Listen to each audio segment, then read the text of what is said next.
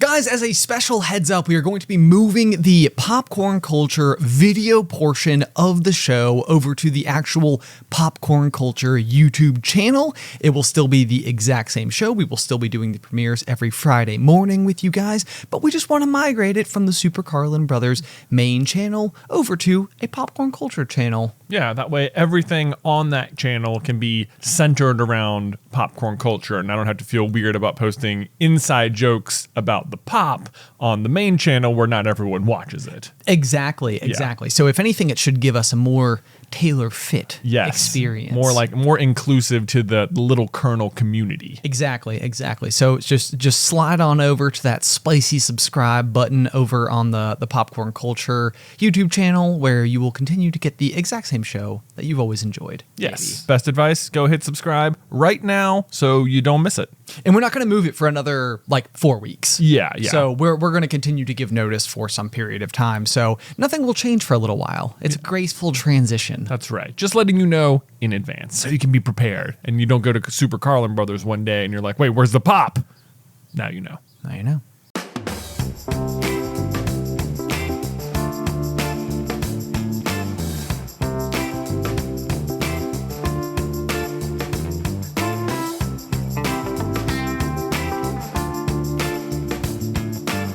What's poppin', everybody? Hello and welcome to Popcorn Culture. My name is Ben Carlin and I am your host. Here with me today is my brother Jay, who will be in every episode. Yes, known as the one true plush host by many. Some would call it the superior host, although I have to say, Ben, I do not feel so plush this week. I was just about to say. Yeah. Yeah, so this past weekend we had fellow GMA member Michael Austin's bachelor party. That we did. Where we went to Snowshoe Mountain in West Virginia, because everybody's favorite bachelor destination is, of course, West Virginia. That's where yours was too. It is exactly where it is. So we're like batting 500 on locale of bachelor parties. Yeah, for like the GMA. 50% of the GMA, and then mine was in Virginia Beach, and John's was in Durham, North Carolina. So I would say John's was largely inside of a stretch Hummer limousine. Yes, most of it. It was sort of a mobile bachelor party. It was indeed. It was good times. But so, okay, this past weekend though, we were going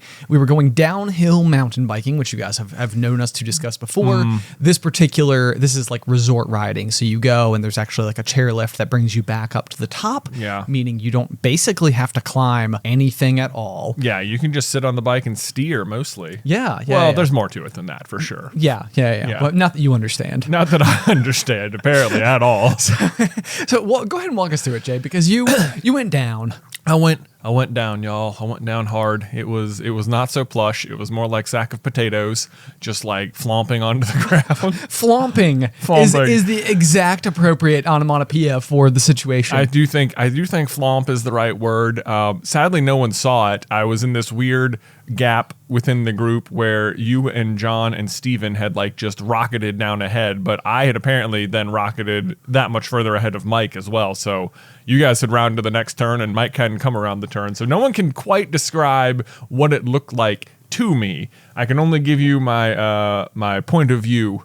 Perspective. And so here's the thing too, is that like all things considered, there's no doubt about it, like that we were going to the large side of the mountain. We had like warmed up a couple of runs on like a green. So it's just like skiing or snowboarding, if you're familiar with those terms, like green circle, blue square, black diamond, double black diamond, that type of stuff. So we had done some greens. We were heading over to the big side of the mountain to do some blues. And I would largely say that we were not even like full on like the trail that we were going to yet. We were on like the trail that leads to the trail that we were going on. And I feel like it was I was frustrated for you because everything we're doing, I mean, there's no doubt about it. There's a sense of risk or danger involved. You know, you're rocketing down a mountain, you know, on a bike, you're going off of jumps.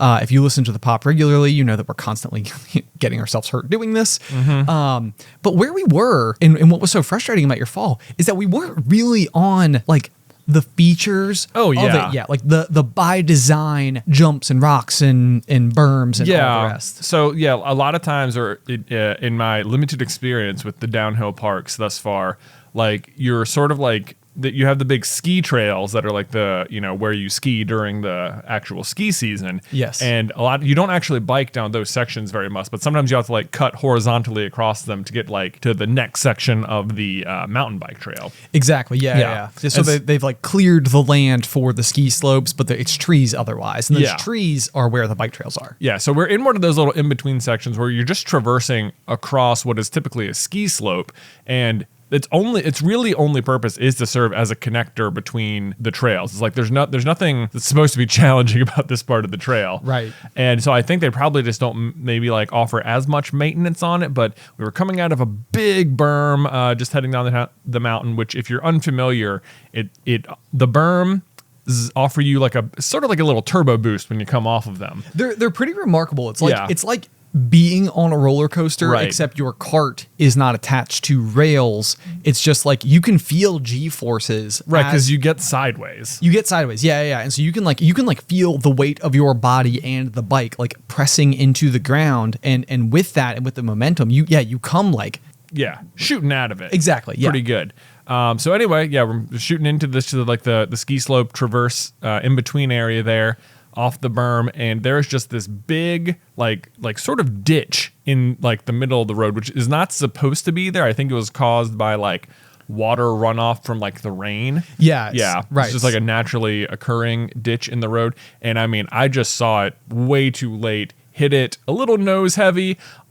Pretty sure what happened is the bike momentarily like slowed down a lot, which caused my body to start moving faster than the bike, which is a bad position to be in, because then the bike started moving again, nose still down. The nose then hits the ground, but again, my body is moving faster, so I then go past the nose of the bike. Objects in motion tend to remain in motion. Yes. So the problem was my body remained in motion, but for the briefest of seconds, the bike did not, and that made a huge difference. Yeah. Because I just went right over the handlebars. I have to assume I slammed, I think, my elbow into the ground. Fortunately, I was wearing pads. We looked at the pads later, and like my right elbow pad, completely clean, very nice. The left elbow pad, pretty sure saved me from like a shattered elbow, because it was pretty gnarly. It was all but destroyed. And it was so funny too, because not funny, it was sad, but the we were trying to assess your damage, and so like looking at you, I mean, you were covered in like road rash and scrapes and like blossoming bruises and all sorts of stuff. But then the shoulder that you were holding, like when we like ran up and we were like, whoa, Jay's on the ground, it was like completely fine. Yeah, I think that one elbow, basically, I think I hit the elbow, which popped my shoulder out of joint briefly. Yeah. Which is what caused all the pain. But in hitting the elbow, I switched to the other side of my body, which then absorbed all of like the road rash and scraping and stuff. Yes. Slashed my hip. It's a very weird crash, because I am in pain like on so many parts of my body, like actively every day, every moment since then. But like if I put a shirt on, you can't even tell. I know, yeah. You look like completely ordinary. Yeah, I look very ordinary right here. I have just the worst bruise on the side of my hip right now. It is gross to look at. It's remarkable. And then there's there's road rash all over my back and shoulder and stuff like that. So it's it was only our third run of the first day of riding. I know. And I was done for the weekend, but that was a bummer. But everyone was very cool about it. Everyone fortunately, since we'd gone to the other side of the mountain, where I had crashed actually was right next to the very road the house we were staying at was on, which had we crashed just about anywhere else, it would have been a very long trek back to help or anything. So that was lucky. But also the fact that you didn't have a head injury. Yes. Like, this is like having dealt with the small myriad of crashes that we've had over the past couple of months with our riding group. I think that I have become just like painfully aware of how scary hitting your head is. Yeah.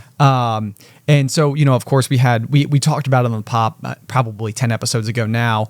But our good friend Michael Austin, whose bachelor party we were celebrating, he basically landed on his face going off of a jump. And it was like really, really hard to see. And, like his whole eye was just like swollen shut, and it was like a whole thing.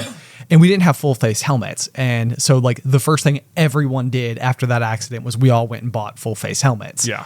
And so, I mean, in your particular fall, it was also the case that the helmet largely did nothing. Well, there were some nicks on it. There were, sure. yeah. Yeah, but fortunately, I did not hit my head very hard in any way. Exactly. Right. So I think on the whole, it was kind of like, okay, let's get this guy full of, ibuprofen, some bandages, some anti-bacterial stuff. Yeah. Nothing will turn you into like a paramedic faster than your friend's bike crashing, because suddenly everyone's like, yeah, let's do this and let's patch up over here. Yeah. Oh yeah. We probably should take some classes. Yeah, maybe get some proper first aid under our old belts. We did fortunately have a first aid kit that Beth got me as a sort of joke, sort of serious thing for Christmas. We should link it because it is a spectacular first aid kit. We should. Yeah, it was very helpful. We were incredibly. You should have it. You should just have it in your car. Just cause. Yeah, exactly. So okay, so moving on from your bike crash, because we had to discuss it. I mean, it was of course first and foremost. I want to take a hard right turn into a possible realization that I had in the field of cinema and film on the drive home. So, it's a big, long drive home from the bachelor party. That's the best segue I can give you. Okay. So like I'm sitting there and I'm like pondering things, and it's always really funny, like when we're hanging out with some of the guys who don't spend as much time around us in the context of what we do professionally. Yeah. Because I do feel like then these questions come up where they're like, oh, what was your take on this movie, or what were your thoughts on this, or like whatever. And so it's kind of fun because it is like one of these opportunities to like take a piece of media that like maybe we were particularly like frustrated with or had some like hot takes on, or something like where maybe it doesn't totally fit into how we approach our fandoms here on the Super Carlin Brothers channel, which typically the goal, I would say, is we want to come together around these things. Yeah. Like it is never my goal when we discuss any of our fandoms to try to inject into the divisive nature of some fandoms. Right. Like where some people might be like, oh, I loved this and I hated this. And it's like, you're either on team loved it or hated it, but it's like, we all love Star Wars, right? And it's like, and oh boy. Yeah. So, but you know what I'm saying, right? I know what you're saying. Yes. Nobody hates Star Wars more than people who love Star Wars. Yes. But like one topic in particular that I think has gone round and round and round and round and round and round and round is The Last Jedi. Oh boy, yes. So, and I'm gonna tread with caution here. But again, I want to be clear. My goal is not to try to separate our unity here as a collective. Yeah. As people on this channel, my goal is just to maybe include some bits of information, or maybe a discovery, or a perspective that I felt like I gained over the weekend as we were discussing this particular film, because The Last Jedi has felt like an odd one, where it's kind of like the general discussion around the movie, that as far as I'm concerned, is it seems like many people who truly understand film and media and cinema regard it as the most well executed, the most well shot, the most functionally correct Star Wars movie there is. Like, it is the best in ways that most other Star Wars movies aren't even like really competing in. Sure. And so I can give it that accolade as well. Like, I don't disagree with that sentiment. Okay. So generally what I've said about The Last Jedi is I think that it is a really good movie. It's just not a good Star Wars movie. There is this like weird line of what makes for a good Star Wars movie, because it's almost like its own genre at this point. Yes. And so I have two thoughts here, and I'm going to start with one of them, and that is like, there has been a really big discussion that I feel like has existed, especially with the new Marvel shows that are coming out, which is this idea that like the show is meant to be enjoyed on its own. It is not intended, like, yes, it will be a part of the greater universe, but let's treat it as its own thing in a vacuum. How well does it tell a story start to finish? Right. And so I think that like when you look at something like WandaVision, for example, where, we know Doctor Strange in the Multiverse of Madness is coming, and we know that there's been rumored discussions that all of the other Spider-Mans are going to be in the next Spider-Man movie. So it's like there's lots of stuff kind of like bubbling around the surface as to this thought of like, is WandaVision going to be the thing that sets up the break in separate realities? Right. In terms of like how all of a sudden are we going to start pulling these characters from every which way? And I would argue that Loki is also existing in that same conversation with the TVA and all of the different timelines and stuff. Yeah, I mean, they're talking about multiverses all over the place. Exactly. Yeah. So really, really, really what they're doing is taking our hand and walking us into what is this going to look like? Because one of the big questions that Marvel constantly has to answer whenever they introduce a new character, Captain Marvel, for example, is, well, where was she the whole time? Because, you know, it's like if there was this great big character, how come she didn't help in New York during the Battle of New York in the first Avengers movie? And so, you know, there always has to be that explanation as to like, oh, well, why weren't they there? They were over here instead. And similarly, hang on a second, let me see if I can catch my train of thought, because it was like, there we go. Okay, yes. I'm sorry. I'm back. So following Endgame, we're stepping into like a whole new saga. So like the Infinity Saga is closed. Right. You know, Thanos, the Gauntlet, all of that stuff, the Infinity Stones, hopefully just put to rest. It's done. And now we're starting a new one. But as we introduce all of these new characters who are going to comprise the significant players of what will eventually be the new Avengers, the new like big group movies like Civil War, where you start seeing people from every which way. You need to start telling these stories and being like, hey, there's this new person, or there's this person who's been around, or whatever the case may be. And again, attempt to answer the question of like, well, where have they been? And so I think the multiverse in a lot of ways is a really, really, really solid answer to that question, because it's like, okay, where was I? I was in a different universe altogether, but now I can tell you need me here because this universe is the sacred one, and this is the one that we have to protect in order for all of the other ones to continue to exist and blossom. And then when things are over, I'll go back to my camp and you guys will continue to guard this place. Okay. Right? Like, so that's sort of like my thinking of it. But when you have something like WandaVision, you also have an audience of people who have all come to expect grand ramifications from every new piece of media that we get.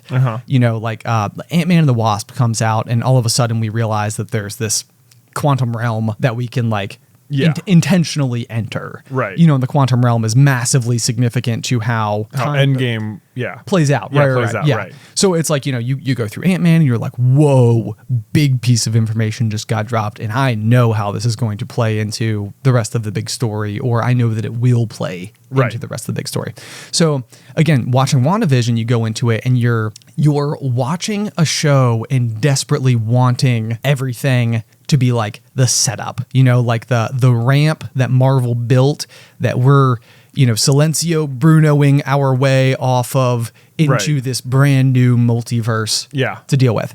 But the other argument is, no, stop looking for how this is going to affect the greater universe. That's not the point of WandaVision. The point of WandaVision is the story of grief. It's the story of watching Wanda come to grips in her own unique way with the loss of all of the people that, you know, she loves.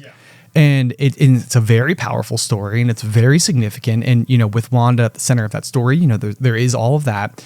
But then there's the other layer of it, which is the introduction of a character from the Fox X-Men universe, which Disney has now purchased and owns the rights to, brother of the character Wanda, who is Pietro. Right, yeah. Pietro from the X-Men universe shows up in WandaVision. Exactly. And you're like, wait a minute. Yes. So like all of a sudden you're kind of like, oh man, I see what they're doing. And again, we're thinking big picture. We're thinking like, okay, like let's go beyond WandaVision. We're not even watching WandaVision anymore. We're watching the start of the great big saga. Right. What is coming next? But also forgetting the fact that we're like stage 1. We're at Iron Man, Iron Man 2, the Hulk. Like we're barely in there. Right. The Avengers have not been assembled yet. So it's like to think for them to do something absolutely spectacularly huge, it's almost like, what? Then what can we deliver in the future as well? Right. Like, you get to the end of WandaVision and you're like a little bit, are you trying to ask, like, is it disappointing that it was only just a tiny little bottle story about Wanda? I am saying, I'm asking the question because I think that there are plenty of people out there who would make the argument that stories are supposed to be confined. And it's like, it's good if it's confined. You know, how does it work as a standalone? Well, I don't want to like, this is an interesting topic for you to bring up on today of all days. Yeah. Because I think there's just I don't think you've seen a certain show yet. And wondered whether or not. Yeah. Okay, so I don't know how to weigh in on Loki, but you do. Correct, yes. And I don't want to like spoil anything for you. Okay. Yeah. So we're on different sides of a curtain. But by the time people hear this, they'll be on your side of the curtain. Certainly by the time, you're watching this on the premiere or when this comes out, I'm sure you will be on my side of the curtain. Okay. And it affects a lot of what you're saying a lot. Oh, interesting. Okay. I'm fine with that. Okay. I'm fine with that. So the great big grand question is, how much do you require these, especially in universe shows where realistically, like, each movie in my mind is becoming an episode. It's like, I understand that there are directors and actors and stories and source material and underlying themes and important values that any one movie is delivering. But like, I also feel like I cannot look at a detail of the big picture, and appreciate it. Maybe not that I can't appreciate it, but like, I think that I always want to know how does it fit into the big frame. I think things are different now because like, I think if you're watching Iron Man 2, Thor, Captain America, the first Avenger or whatever, like no one's ever done Avengers Endgame before. Sure. And, maybe the people writing it don't even necessarily know where they're going. Okay. But and like you don't know in what possible ways things could come together, or that details you brought up in Thor, like, oh yeah, like we said that because we were writing Thor, but now we just sort of like, we need that not to be true anymore, or we have to like write around that stuff, right. Like, whatever the case may be. But like now you're in phase 4, and it's like we had the entire Infinity Saga, and people now know. Like now, if we put something in, people are looking. Right. So it's like, I do think it is more intentional now, but I think you're right. Like it's much more like you're watching episodes. But the question is, how do the streaming shows fit in? Because I would say previously, like if you watched Agents of S.H.I.E.L.D. like Agents of S.H.I.E.L.D. or Daredevil or Luke Cage or something, like the rule always seemed to be that the movies could have ramifications on the shows, but it was absolutely never the other direction. Correct.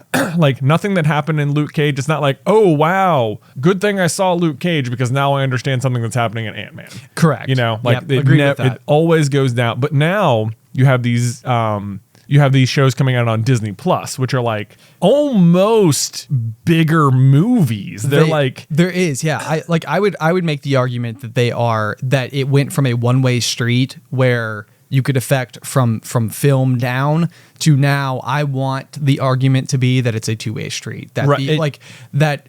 That seeing these shows is, I mean, it doesn't need to be the like introducing the big bad or something. Like I'm okay with waiting for it to be something else. I'm so frustrated that I haven't seen Loki yet because the expressions that you're giving me right now. Okay.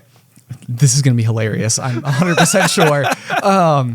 Okay, it can introduce the big bad. I'm fine with that. Yeah. What I'm attempting to say, though, is that like I think that in order for WandaVision and Falcon and the Winter Soldier and Loki and in whatever else we get, going forward, I think in order for those to be the worthwhile investments that I would argue they absolutely are, is that they need those ramifications. Like I am all in on those being important. Like to it. Required watching. Not required. I mean, required always does feel like, I appreciate the ability to offer enough exposition in any story that you could sit down and watch Endgame and by the end of it be excited that, Cap catches the hammer or whatever. Yeah. I mean, I feel certain that, if you go, because Wanda's going to be in Doctor Strange too, right? Yeah. Like that's confirmed.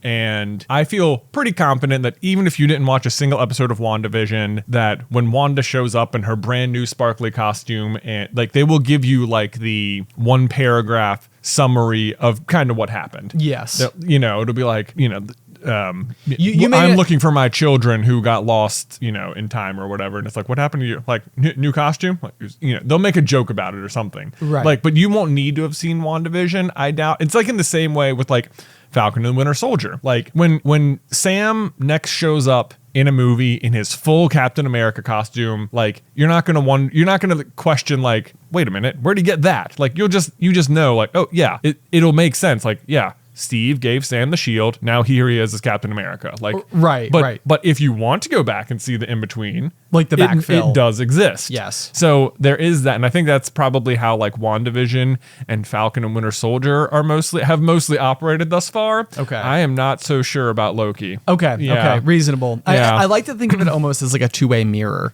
but like it's you're the person who's looking at the mirror, and if you're just watching Doctor Strange: A Multiverse of Madness, you will be able to see yourself looking back at you, which is the purpose of a mirror. And I feel like watching these shows is understanding that it's a two-way mirror and that there's something else behind the mirror. Oh, wow. That was quite a metaphor there. Thank you. Thank you. Just thought of it as we were talking. Well, just because you bring up mirrors, let me take another hard left turn. Oh dear. Yeah, because we were like blowing our minds last week discussing mirrors and how the mirror versus you was like, it's their left hand, but it's your right hand. Whereas if you wrong? No, absolutely no. That's absolutely correct. Oh, okay. If you're staring in a mirror, the person you're staring at, like you're seeing a reflection of your right hand, but it's actual mirror versus you's left hand. Correct. Right. Yeah. Yep.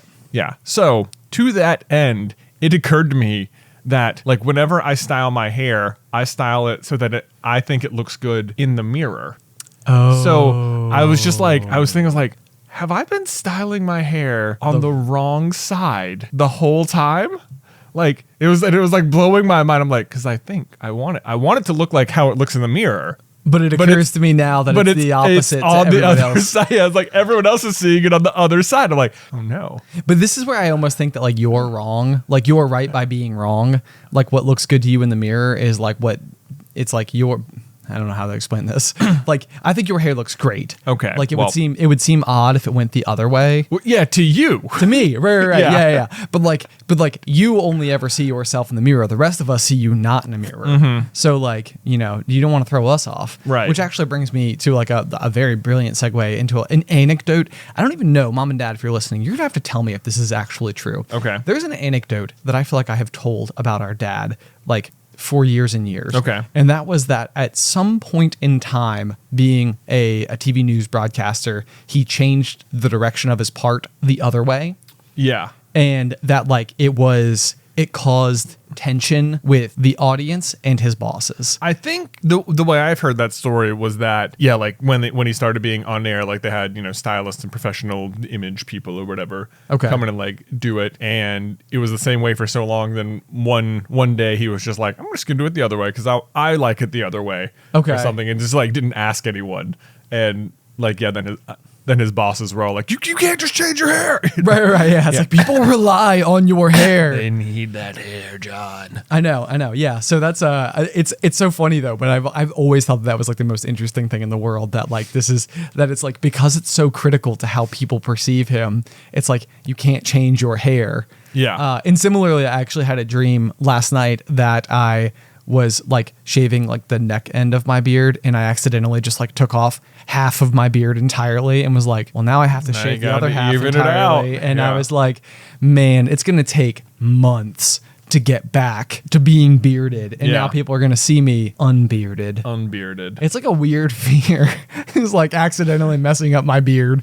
And then the realization that it will take time to return it to its proper place. Yeah, but it's not like, it isn't a permanent problem. It's not a permanent problem, but it is the case that I would, during this period of time, that I would be filming lots of content where it would become a permanent. It would be preserved on the internet permanently. Yes. Because you would be filmed so heavily. Okay, so I also have to tell you this because one odd thing about my mustache or beard combo. Yeah. They're like separate. Your facial hair. My facial hair. Yeah. They're like separate features, but also come together and join hands to be one feature. Right.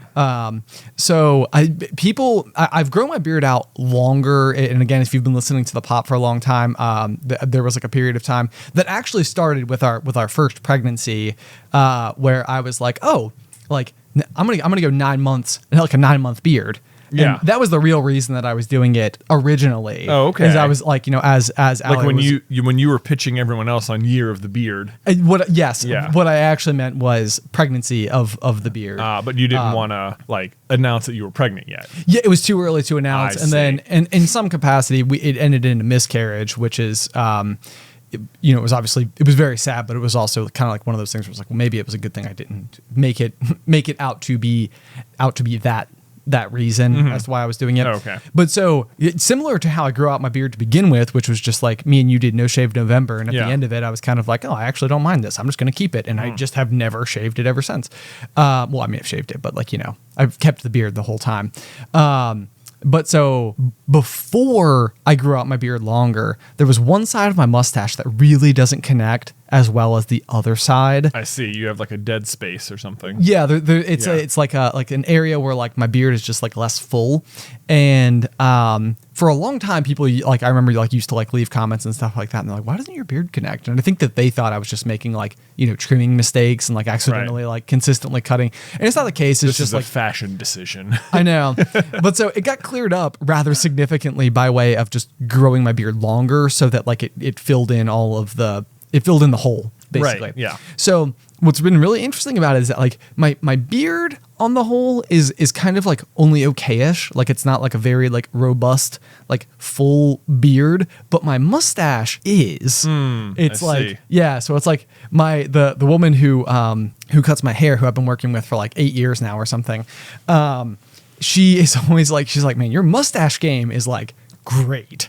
You know, it's like if you just ever wanted to go like only mustache, you'd be like, maybe you should. Well, and so here's the query. It has been like one of these things where it's like, well, maybe what I should do is just try to see what I would look like with only a mustache, and like, but then it's like, you know, I mean, and it's so funny because I could do like the twisted up thing on the ends. Wow. Yeah. So it's like it'd be like, but then I'm also like, am I that guy? Are you a mustache guy? And I have no issue with that guy. I need to be very clear about that. Like, that's not something that like I see that and I'm like, choice. I'm like, nice. Yeah. And I would probably tell people like, love that mustache. Whoa. But it's kind of like, it's like, you know, you see yourself in the reflection of the self identity mirror, as it were. Not a legitimate mirror, but like the way that you see yourself out in the world. And I'm like, do I see myself as like a beeswaxed mustache kind of fellow? Oh, I bet it would get a lot of comments. I bet it would get a lot of comments. Are good for the YouTube algorithm, Ben. Do it. All right, leave a comment if you're in on this plan. Also, I absolutely cannot do it until after Mike and Sammy's wedding next month, because they would murder me. Can't do that. Yeah. Like, yeah, remember when Ben tried out a mustache for a week? Yeah, it's in all the pictures. Great. Forever. Yep. Yeah, so that'd be great. I haven't committed to it yet. Okay, yet. Not yet. Okay, let Ben know how much you want the mustache, everyone. I know.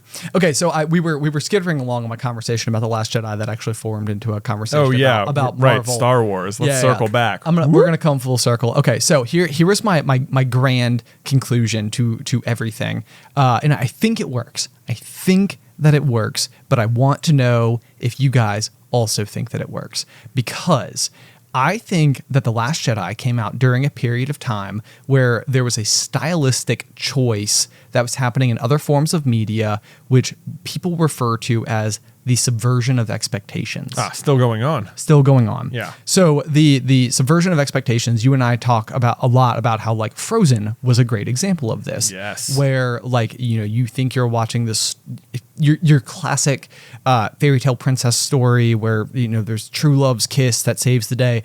And at the end of the story, what actually happens is it's on a sacrifice, like the familial, the sibling love. Right. That is the act of true love that actually like saves everything. Right. It's not romantic love. It's not romantic love. Yeah. And you're like, and I think it is so well executed. It's that, and then it's the Hans reveal as well. Right. Because Hans in every other movie is just actually the prince who saves the day. Right. And they get it twice, because like you think it's Hans, and then you're like, oh no, they tricked me. It wasn't Hans. And you're like, that's okay, because it was Kristoff, but then it also wasn't Kristoff. Yes. It's a double whammy. It's a double whammy. But so what I want to identify about this particular execution is that I think that it is a really good execution of the genre that is subversion of expectations. Oh. See? Okay. So it's not, if you call it a genre, all of a sudden, it doesn't just mean that subverting expectations is a good thing. It's like, just because it's a horror movie doesn't mean it's a good movie, but there are good horror movies, but not all horror movies are good. Not all subversion of expectations is good, Game of Thrones. So it's like a lot of Game of Thrones subversion of expectations was good. It was. Like you don't think Ned Stark is actually gonna die, or Robb Stark. Yeah, you don't think the Red Wedding, like you're watching, you're like, this feels pretty irreversible. Right. Oh, it's real. Oh, that's it. Okay. Wow, that's just over. The bad guys just actually won. Okay. Oh, wow. That's how they're gonna do it. Okay. Yeah, I thought Robb was the main character. No, he's not. Yeah. Turns out. Never in the show again.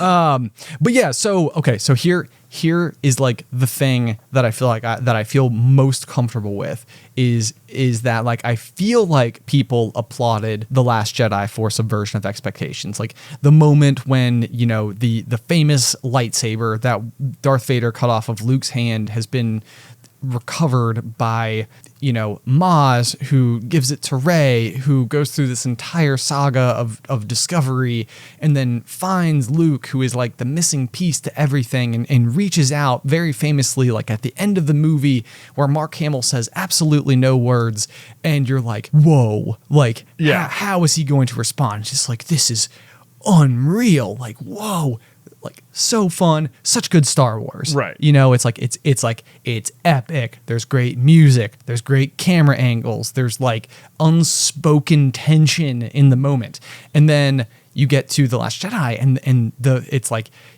handoff occurs, and I would say it's a bad horror movie, like. Right, it's bad subversion of expectations. Right, like Luke does something you didn't expect, and like it does subvert your expectations, but just because it did that doesn't make it good. Exactly. Yeah. Exactly. And so that is why I think subversion of expectations is a genre, not like it's like it is something that can be executed well or not well. Well, just because it did it doesn't mean it's good. I agree with that. This is like this is going to sound like such a random comparison, but I always used to think about this when I was watching Yu-Gi-Oh as a kid. Okay, because in the first season of Yu-Gi-Oh, Maximilian Pegasus, the big villain of the show, has the Millennium Eye, and he can see his opponent's cards, which gives him, this magnificent advantage, just unstoppable or whatever. Of course. He's also the creator of the game, so he can just cheat and give himself whatever he wants. But anyway, I always thought it doesn't seem... It's like, it's great that he could see the opponent's cards, but if you can't do anything about it, it doesn't matter whether or not you can see them. Oh, sure. You know what I mean? It's like, just because you can like see the thunderclouds coming doesn't mean you can do anything about the storm. Sure, that's a very good point. Yeah, that's a very good point. It's like, just because you can see a bad thing, it's like, it doesn't matter if you still can't defend against it. Right. So anyway, the thing about subversion of expectations as like a potential genre is that you can only successfully subvert expectations when expectations have been established. Also true. Which is why I think Frozen was so successful. Is because everybody knows how fairy tale stories go. Everyone's seen every Disney movie 1,000 times, and it was, I guess Tangled came out first, but this was like this big musical Disney princess movie.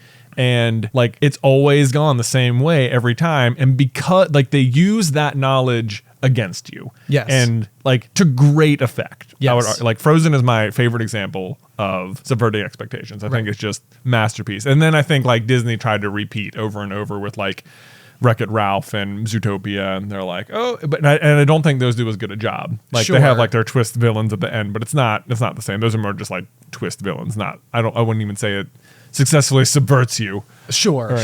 Yeah, But, no, I understand that. And I mean, yeah, because that's a good point. Like, the fact that it's Merryweather in Zootopia who ends up being Bellwether. Yeah. Bellwether, yes. The small sheep, the adorable, what seems like assistant to the giant lion guy who is like whatever.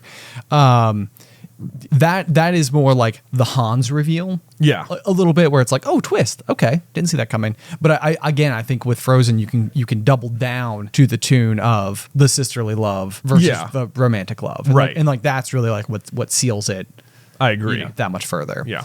But so and correct me if I'm wrong. So maybe what you were saying a little bit here is you can only subvert expectations in situations where the expectations have already been set. But if you start to expect subverted expectations, then what does that do? Then is the subversion just to do what's expected? Exactly. Yeah. It's like, oh, everybody thinks it's going to be a twist. It's not a twist. It's just exactly what happened. Great subversion of expectations. And it's like, no, that's just expectations. Yeah. Exactly. Right. Yeah. Because I feel like I've heard people provide accolade to that thought. Like everybody thought it was going to be a twist ending. You know what? It wasn't a twist ending. So at all you people. And it's like, no. That is a bad defense. This is basically what WandaVision did. It's exactly they played against your expectation of the subversion of expectations, because you're like, it's going to be something big, it's going to be something crazy, it's going to be some weird reveal, and it was just like, no, it was Agnes the whole time. It was pretty obvious it was Agnes the whole time. It was Agnes, right. Except yes. slash not really, because she doesn't do. She's just also there. She's just also arrived. She's just also there. It was mostly Wanda. Right. Yeah. Everything was Wanda. Right. So, but you're exactly right. That's a very good example of it, where you keep thinking this very unexpected conclusion is going to happen, versus the classic Marvel approach to have the villain basically have the exact same powers as the hero. Yeah. It's like if Ant-Man can get small, so can the villain. And if Wanda's a witch, then the enemy's a witch. And Vision's a cyborg, guess what? Another Vision. Let's go. Right. Yeah. So you're constantly watching that unfold. The thing that I've been very curious about with Loki the entire time is the fact that he is a trickster, and it's strange to think of being a trickster as a as a power. Yeah. But it's like, oh my gosh. Oh, the mind games that plays with you as the viewer. I know. Yeah. It is actually a rather unique power to anticipate, like, what would the foil to trickster's power be other than an even better trickster? Right. And is like Loki's, like, and of course I'll know by the time anybody else is hearing this, but is it him overcoming his trickster nature and no longer being a trickster? I don't know. I need to, though. Yeah. Don't give me any visual clues. I won't tell you anything. There you go. Yeah. So anyway, subversion of expectations. I'm out. There you go. So wait, so where do you land on The Last Jedi then? Oh, I think it is a poor execution of. I think Last Jedi is technically good for so many reasons. I think its subversion of expectations fails in terms of genre. Fails. I think it's bad. I think the fact that, like, Leia flies through space is not good.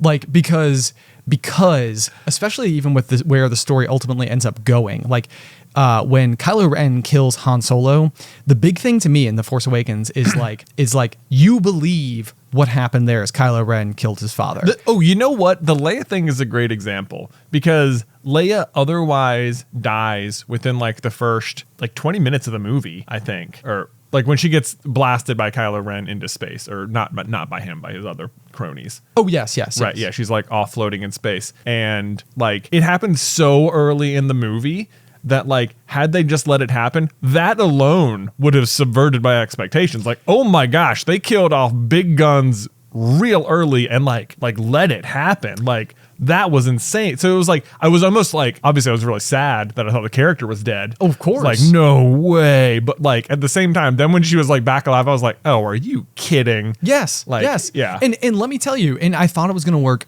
perfectly. I thought it was going to work beautifully, because it's not Kylo Ren who ultimately pulls the trigger. Right. And so if you go back to the Han Solo moment, you have this situation where they're talking to each other as father and son.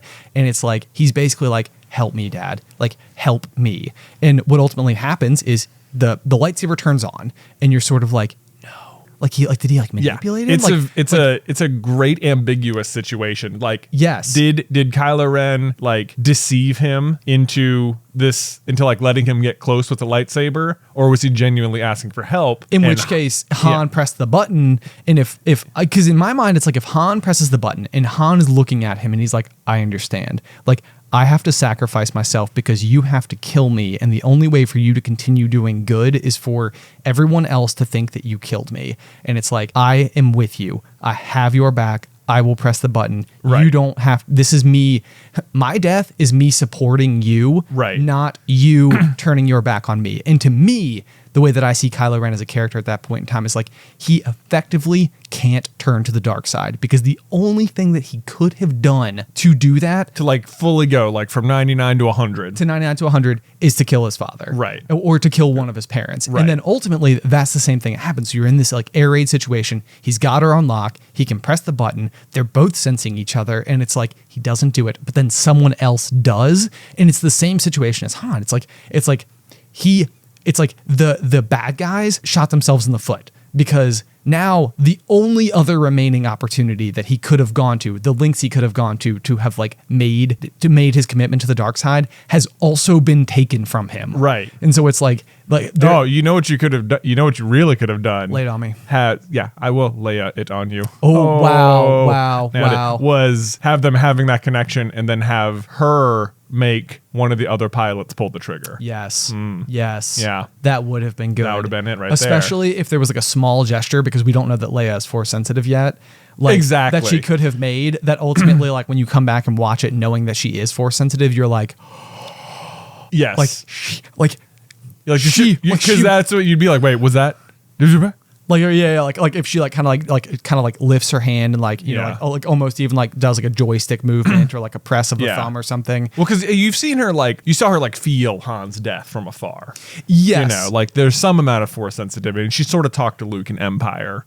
You don't know that she's a fully trained Jedi. Yeah, exactly. Yeah. So I mean, it's like the fact that you're learning that by way of her being blasted into space and then space traveling back to the ship or whatever it's kind of like you went from like knowing that she had force sensitivity like maybe at 10 out of 100 to like 180. Yeah, like, it's like, oh wow, she can survive in space and fly, and okay, yeah, this is new, unprecedented, big, important.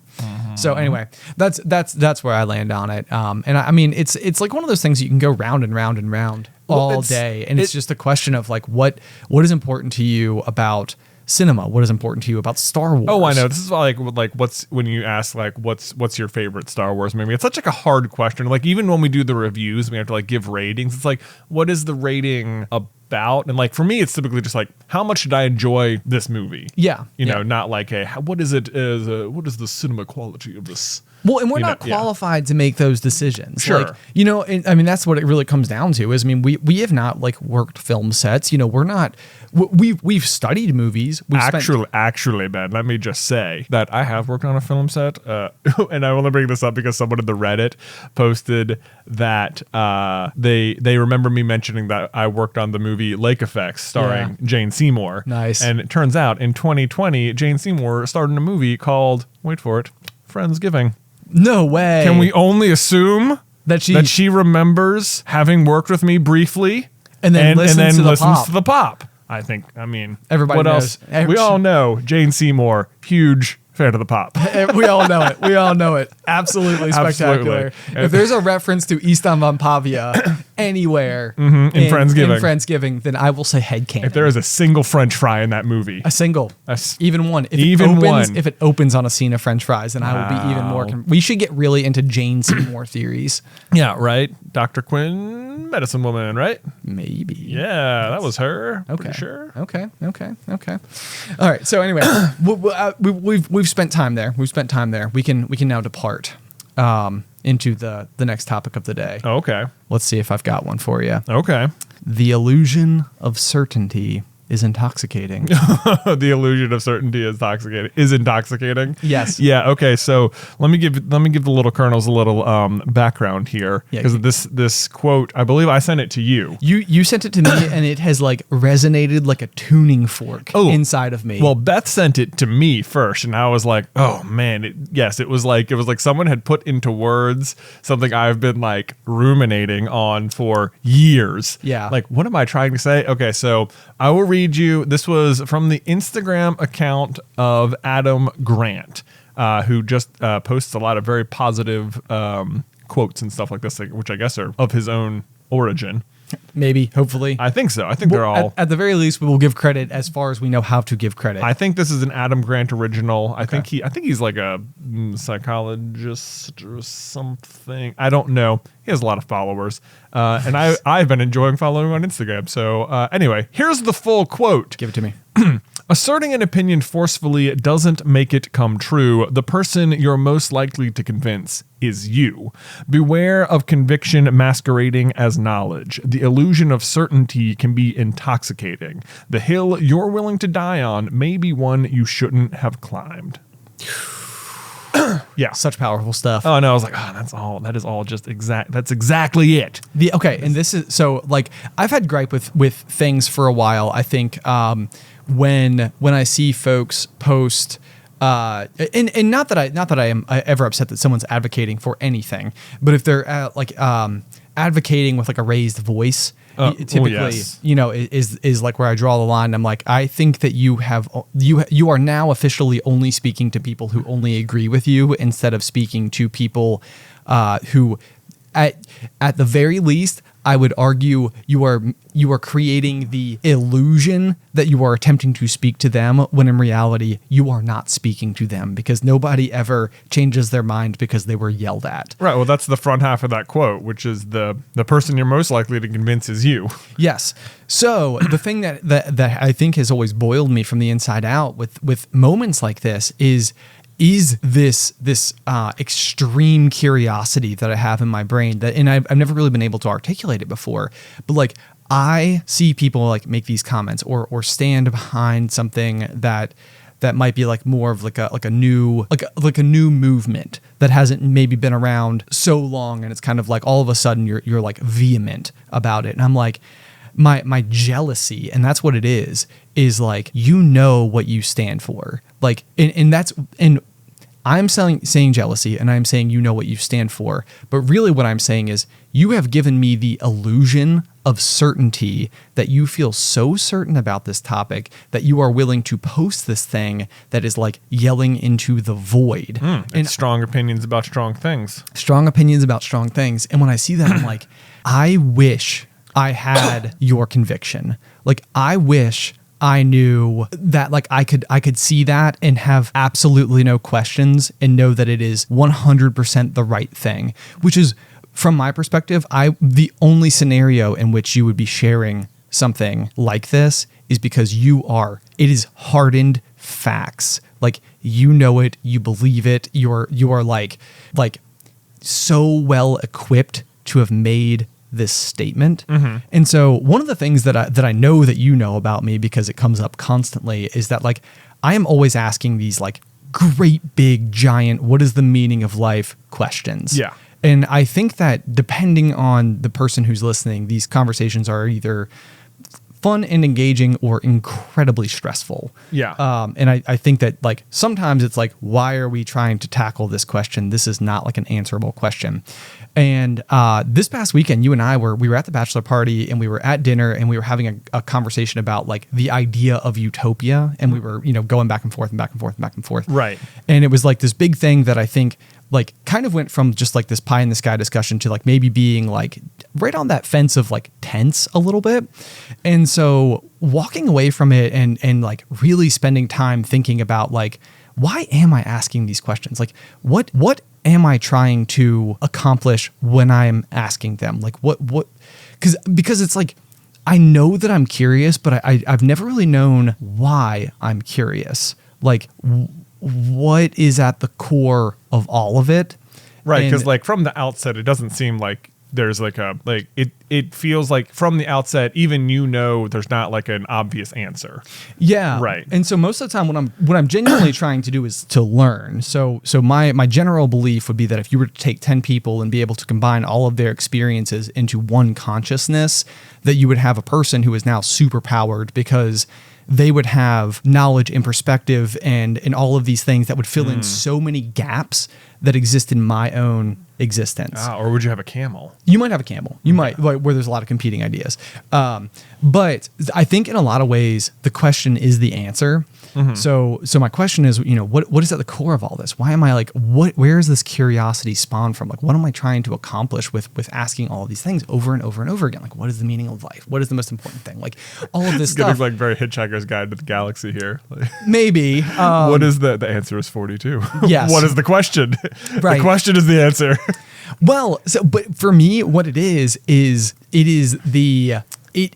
this desire to feel this certainty about something. Like, I don't actually know what cause it is that I can take all of these different like problems of the world and take like all of these tendrils from them and all of these strings and tie them right into the core of a belief that I like stand behind. Because if I can find the middle of that, then I would be able to have a kind of like certainty about my worldview that I think would it would unlock, I feel like, what I feel like my, as like the what's Ben your Carlin, purpose? what is my purpose is. Right. Like, I don't know if this is the case for more people, but very frequently, especially around like election time and stuff like that, like, if I'm like watching debates or interviews or whatever the case may be, I'm always imagining myself in the chair. Like, what would I have said? What would I have done differently? Like, I think because so often, like, if someone has like if you've decided this is your opinion, it is like, it feels safe. Like, now I know how I will respond. And like, it feels safe because otherwise, if you have not landed on like a firm opinion, then if someone were to ask you about it and they have a strong opinion, like, it would be worse or embarrassing to just like to not know. And it's scary to not know. So if you choose, it's like I now choose that I know. Oh, sure. Yes. Yes. And it's like, but do you? Right. And so that's kind of like the thing is it's almost like, if there was like a giant like battlefield where there's like your side and the other side, and the other side has this giant like being in the middle that is able to send down like little infantry troops in this giant circle all around it, and my side is going and fighting their side in all of these little things. But at no point in time do I ever realize that I'm supposed to go and attack the guy in the middle who's spawning all of these other opponents. Does that make sense? So it's like, if all of these different issues are existing out on the fringe and nobody's ever focusing on the core, then it's almost like, are we all just being distracted from progress because nobody actually knows what to pay attention to? And the thing that you as an individual pay attention to is the thing that you are most emotionally attached to. And so I'm not expecting an answer to that question. Like, that's not something that I think someone could answer, or whether or not it's even true. I bet people are offering up answers. Someone probably is. But so for me, it's like, what it comes down to, and watching, these debates and stuff and politics or whatever, it's like, there is a compulsion inside of me to be involved, like to try and go and like make a difference in the world, to try and go and like be one of those figures. But it's like, it's like if I could find the answer to these questions and get to that core of everything and could go and firmly believe in what I was doing, then I would sign up to run for office tomorrow. Really? Tomorrow. Like, it would be like, let's go. But like, if I were to go and sign up to run for office now, I genuinely wouldn't have something that I knew I stood for. It's like, there's not something like where I feel like I have the solution, so like, all I could do is go in and at very, very best attempt to be a voice of reason or let other voices be heard. But like, even that is not a strategy, it's, and I feel like, if you wanted to make it not so big pie in the sky, like existential or whatever the case may be, it could literally be even the same reason that like, I don't like to go and play board games, is because it's like, I can't look at the game and figure out the strategy fast enough to where it will be compelling to me to sit down and be like, okay, I'm centered. I know what I'm trying to do. I know what I'm going to accomplish. And all of my decisions revolve around the same strategy. And that strategy is strong. And it's like rooted in knowledge, like that it will work. And if I'm making all the decisions that revolve around that strategy, then I'm never even making a frivolous decision. Right. Like every single decision is the best decision that is capable based on my strategy, which I will stick to. Right. And I do think that there's a difference between sticking to your guns, sort of like I am never standing down from my point, and sort of like a core idea, and making sure that everything else that branches off of that core idea then all fits together really nicely. It's like if we make this the goal, then it can be the answer to how we handle a lot of these situations, because then what we're attempting to figure out is what's the goal. And so most frequently I will ask questions and ask questions and ask questions. And really what I'm attempting to figure out is what any other person, any friend that I have, anybody who will talk to me is, what is your perception of best case scenario? Like, what does that world look like? And it's why this whole conversation started, is because we were talking about utopia. And it was sort of like, what does that look like to any one person? And it's subjective, you know? I mean, and it's also, I mean, and maybe not everyone is actively trying to achieve that. Right. Yeah. Exactly. Yeah. And it's hard to, I mean, me and you talked about this a little bit after the discussion, and in some capacity, there's like that thought of like, am I just going and trying to empty the ocean with a teaspoon? Right. And it's like you're trying to make you as the teaspoon attempting to make change on the ocean is like, it's like that isn't something you should dwell on, because no one person can ever drain the ocean with a teaspoon. Right. It is, you are physically incapable of doing it. Right. Or even making a dent. I mean, the entire population of the Earth could take teaspoons to the ocean and not make a dent. Exactly. Yes, yes. You can't. There's nowhere to put the water. Right. The water's going back. The water's going to go back. Yeah, because it takes up more than most of the planet. Right. Where's it going to go, guys? Right. We can't just put it into a big mason jar. Right. So, in a lot of ways, like I think I gained some perspective over the weekend to the tune of like why people might be hesitant to have these conversations with me, because maybe you're asking them to try to empty the ocean with a teaspoon. But then also I think that maybe what I understood about myself walking away from these conversations is that I am on this quest to figure out whatever that core ideal is. Right. And, and if I could figure it out, then I would not stop. Well, so you need to maybe stop trying to empty the ocean with a teaspoon and just like take a jar down and keep the water with you. Right. Yeah. Oh, that's a good way. This is my important water. And I will do everything to keep this water safe. Do not mess with my jar. I got a jar, Dad. I'm gonna get a mason jar of water. Ben's water. Ben's purpose. Ben's purpose. There you go. Oh my goodness gracious! I want to know what would be in everybody else's jar. What's in your jar of purpose? Oh my god! What a great! That sounds like the name of your book or something. It does. Man, maybe that should be your new purpose, right? The jar of purpose. The jar. My brain is being shattered over and over and over again in this conversation. Glad I could help. Thank you. Why don't we make our way to the door of today's episode with a nice corny joke? Oh, I would love it. Okay. All right. Corny joke comes from Maria Rosales, who says, "Did you hear about the guy who invented knock-knock jokes?" Hear about the guy? I feel like who's there is what I'm supposed to say, but I don't know. That is incorrect. Instead, it's he won the Nobel Prize. Oh, I get, because that's hilarious. No more doorbells. Would the advent of the knock-knock joke qualify as Nobel Prize worthy? It's like, I mean, who doesn't know about knock-knock jokes? No one. You're never like knock-knock. People are like, what are you doing? I don't understand what comes next. Yeah. Is that a setup or? It's iconic.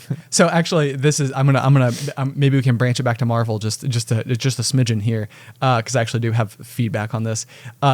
We've talked before about the Academy Awards having a category for like cinema that was just.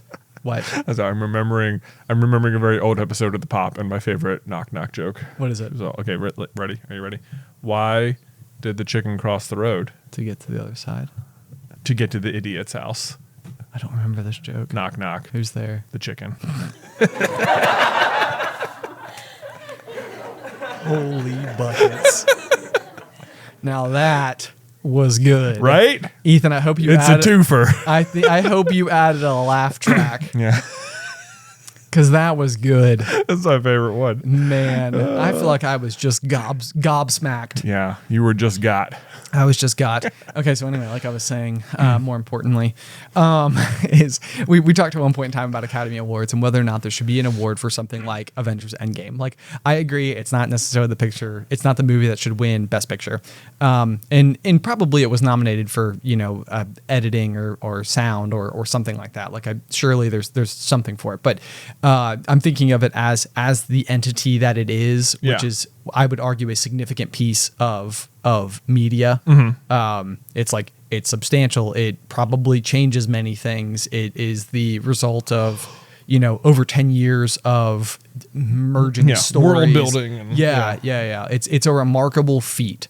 And so what I've discussed before is, like, should there be a category for, like, most entertaining film? Best blockbuster film, something like that. And I've decided that I don't think that either of those things are. I just think that, quite literally, and this goes back to Snow White and the Seven Dwarfs, which also did not win an Academy Award because the year that it came out, there was no Academy Award for Best Animated Picture. And so it would be like, there's not a category for this, despite the fact that it's a remarkable feat, again, in media.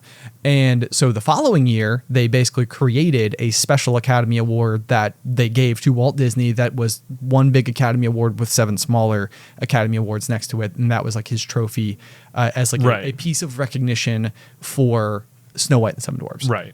And so that is my conclusion, is I think that Avengers Endgame should be given an Academy Award for like achievements in cinema. Special significance in cinema. Right. And that's it. It's not a category. You don't vote on it. It's just like, there's no way to ignore the importance of it. Right. Like, whether you think what it did for cinema was a good thing or a bad thing, like, it happened. It happened. And it was big. Yes. And it is a turn in the road. Yes, exactly. Yeah. And so it's like, they don't have to have them every year. It could be one of those things where maybe there's a movie that people perceived had this level of significance and should have earned one, and they would now be able to just fall into that happy little category of snubbed films, snubbed actors, which is already a thing. We already have that, whether or not you didn't win, whether or not you weren't nominated. And so it's like, oh man, they totally should have earned the Special Achievement Award. And so that's my answer to that big question. I think we asked in like maybe the first like 15 episodes of the Pop. Okay, yeah. Is I would give, if I was a member of the Academy, I would give Avengers Endgame this award. Okay. Awesome. Me too. Let it be known. Okay. There we go. Otherwise, guys, thank you so much, as always, for tuning in. Be sure to let us know what you would put inside of your jar of purpose, because now I need to know. Any responses that you want to send via email, you can send to popcornculturepod@gmail.com. We're also over on Reddit. And as an additional reminder, we are going to be moving the Popcorn Culture video portion over to the YouTube channel, Popcorn Culture, very fittingly, from the Super Carlin Brothers. That's going to be a slow transition over the next month or so. So you've got plenty of time. But if you'd like to go and check it out, and please subscribe over there. We will continue to have the same show, the same interaction that we always have, just in a new happy home. Just different spot. Otherwise, guys, until next week. Pop.